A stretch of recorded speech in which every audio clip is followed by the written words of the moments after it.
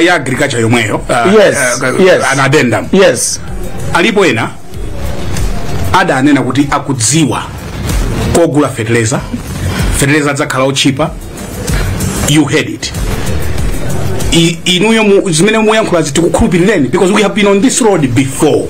Ifeyo bwino wake yes. Amenacha takuona ni muli ndi aino kichihana, takuona ni muli mutagwira na janza ndi tupere muruzi. What should we read if and okhala kudera kuno tiziti chuchitika nchana? I want us to talk about that. Funso tu limeneli ndi limene Malawi ina aliyense akuyembekezera kuti amve yankho lake kuchokera kwa Dr. Kabambe. Akabambe tu akuoneka kuti anafika poyankhula chibwibwi ndi mafunso amene Brian Banda anafunsa silo kali funso lake. Kodi Brian Banda anawakonzekera chonchi Akabambe chifukwa chani? Kodi mabiliyoni akutchulidwa awa mabiliyoni amenewa adzachoka kuti?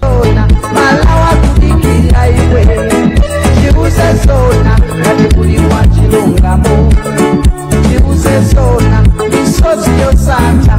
Tatiye ntuonere musayiwale panga comment, like, komanso subscribe.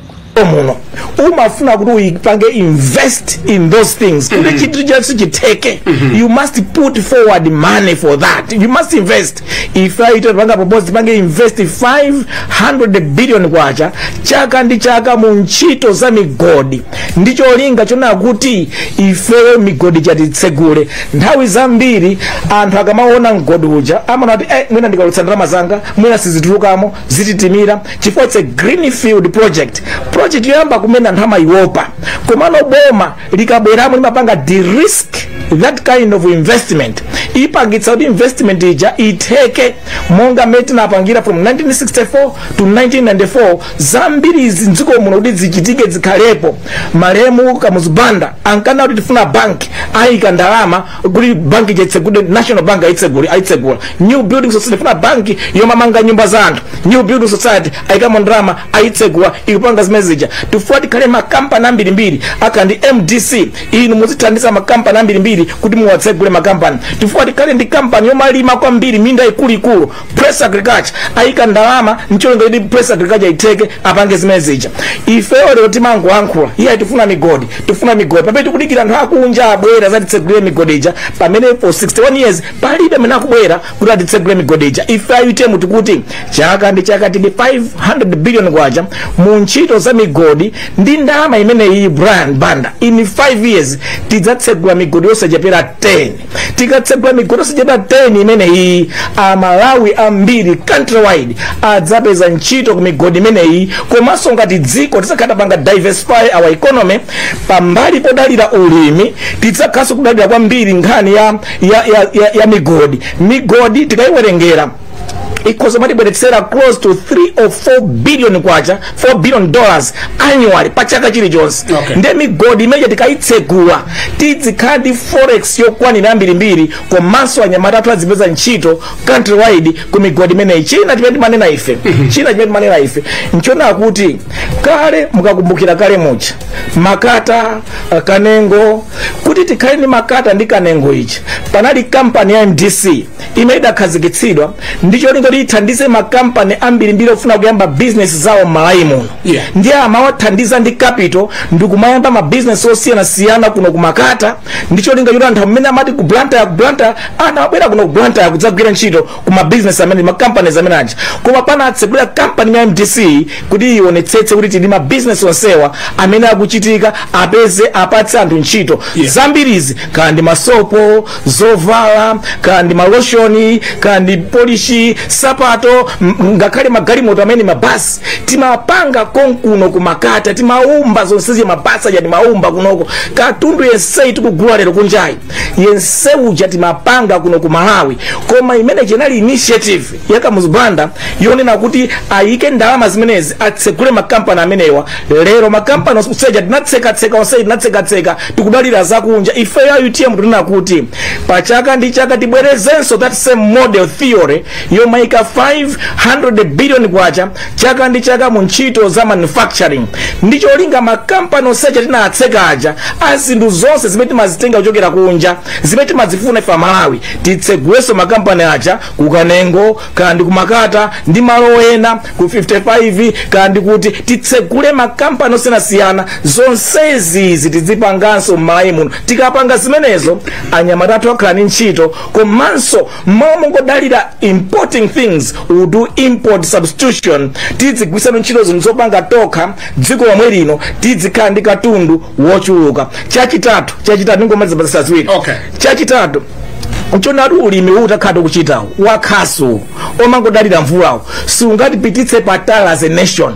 Timadalira chimanga timachambiri chifukwa basi timangoti tatsani mu malo awa osalimidwa tende kacho tagwetse mitengo takati kumangogwetsa mitengo kupanga expand area under cultivation. That's what we have been doing over the years. Koma zimene jaso zabweresaso climate change problems. What we needed in agriculture is to improve on technology. Kuna kuti technology ya kaswi yosagwisa ntchito enough nutrients sina tipititse patali tikuona tikonze zimene zija ndiye ku agriculture kuifira yitemo tikuti tikeko 500 billion chaka ndi chaka. We should do an overhaul of the agriculture system tikonzenso kuti ma nutrients and ma fertilizer tikandi plant konkuno tipange invest in the plant yote zipanga fertilizer konkuno wa mitundu okhudzana ndi madera osiyanasiyana tipange konkuno zimene zijazo muzaka 5 zoyambirira zomwezi tipange zimenezo.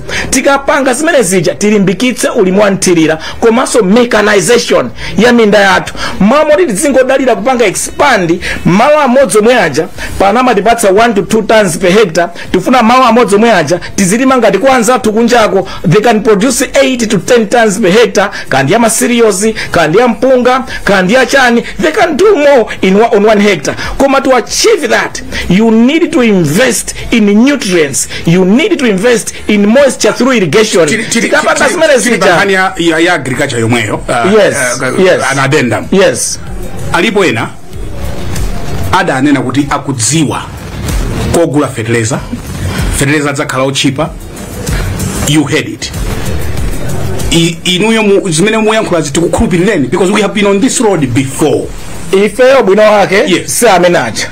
Okay. Ife samenaja ya ife mulibe nafe record yoti mukatipanga test against koma ina osewa anani na zinthu adabera kwa bo ife ayite musoma imbo mpaka mafuna o president amatamau iyai bwana ife mutimvere ife mutimvere ifeyo siti kungonena zinthu koma tikunena zinthu ndi kupereka ma figures kuti ulimi kudzatheke tidzaika nkhani ya fertilizer zatheke mulimi nkhani ya fertilizer tikuna kuti ifeyo pa 500 billion ndikudzaika chaka ku agriculture ndalama zinazo tikaonetsetsana kuti plant yoonetsa kuti mdziko matupanga produce fertilizer patoka plant manager yatheka kupanga produce fertilizer patoka mdziko muno komanso ndimene ndikuzani kuti takambapo zimenezo fertilizer tidzipanga konkuno iyayi akhala ochipa chifati udziwa kokagula mpaka lero amangonena uyu wafika 120 Brian chimene chimavuta anzathuwa amangonena tipanga zakuti but they cannot show kodi ndalama zake muzazitenga kuti. Ife tikuwuzani kuti tidzapanga invest 500 billion kwacha chaka ndi chaka mu ntchito za ulimi ndi cholinga kuti panga achieve zinthu zitatu. One, titsegule that plant yopanga fertilizer dziko lomwe lino. 2, tionetsetsera kuti mdziko munomo irrigation taipanga expand kwambiri madera ambiri tikupanga ulimi wa nthirira. Number 3, tionetsetsera kuti alimi akuthandizidwa mu njira yosiyanasiyana kama sabusire ndi zina zotero mmene adzigula ma inputs awo komanso ma inputs na implements kandi ma tractors kandi chani zinthu zitatu izi tidzapanga finance using 500 billion chaka tidzaika mu agriculture ndi cholinga kuti ulimi wathu tichoke pakhasu tidalire kwambiri ulimi wa mechanized komanso tidalire kwambiri ulimi oti tikupangira irrigation tikulima kawiri kapena katatu pachaka komanso ulimi oti tidima nutrients okwanira oyenera opita kuminda yathu. Tikapanga zinthu zitatu zimenezi mawa omweyo amene timalima kukolola matumba 20 tizikolola matumba 100 mawa ake omwe aja chifukwa tidzakhatamanga improve productivity ya mawa amene aja. Izi zimene tifuna tizipange kwa agriculture kuti mudzoti ife tuna zoona tikuyika ni ndalama zake 500 billion kwacha chaka ndi chaka zimene muzazione budget ndrama izi zikupita kunkhani izizi chachitatu tidzaika another 500 billion kwacha mchaka ndi chaka mu ntchito za tourism 500 billion idzi dzachokera kuti kodi so ndafotokoza tuna kuti ife our budget ya dziko la Malawi tidzaipanga restructure completely tidzayambira so one chimene chidzayambe choyambirira ndikuika 100 billion kwacha chaka ndi chaka mu ntchito za makonsolo pano makonsolo ambiri amangolandira kandi zingati zimene zomangobedwa ndalamazo ndifotokoza njira zimene tidzayike zoti ndamasemazabedwa zimene tidzayike mwana ngofotokozeratu sanapitewo ndiye kuti pa consolo paliponse tidzaonetsetse kuti tasinthapo pa consolo paja pa consolo pano pamakhala ma DC tifuna kuti pa consolo paliponse padzakhale CEO padzakhale CEO ija amati council ija idzakhale nawo kuti council yo tayipanganso embellish tayipanga improve padzakhale kuti pali indi ma MPs pali ma councillors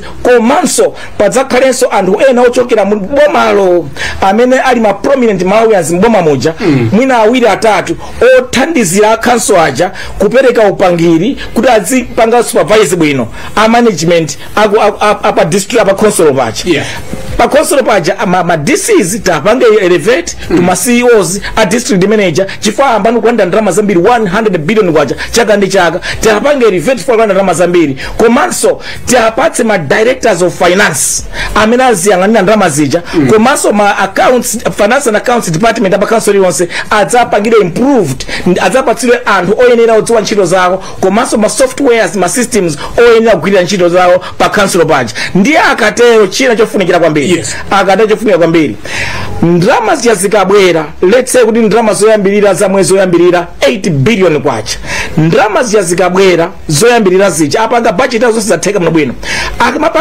amapanga expenditure yawo aonetsetse na kuti ndrama ija padzikhala pre-inspection audit ndiye kuti pakhale ma auditors oti aone kuti pano patifuna timange school block iyi aone kuti school block tifuna timange ndiye ndrama zingati akamaliza procurement process ndiye ndrama zingati kodi akanakhala kuti akuimanga ndiye private school akanaononga ndrama zimenezi apange compare komanso njira imene anagwisa ntchito kuti apeze uyu contractor amene anagwisa ntchito njira yanji was it a correct one ma pre-inspection auditors iwa apange certify kuti process is right komanso the price is right, it's value for money. Chimene chimavuta kwambiri mboma mwathu nchona kuti nyumba yomweyo yomanga skulu ya boma mtengo wake mwende 80 million kwacha classroom mweyo manga private school apanga spend 15 million kwacha ndrama zinazosezi zatera munkhani ya makatsi ndi zinazotero zopatsana and so forth.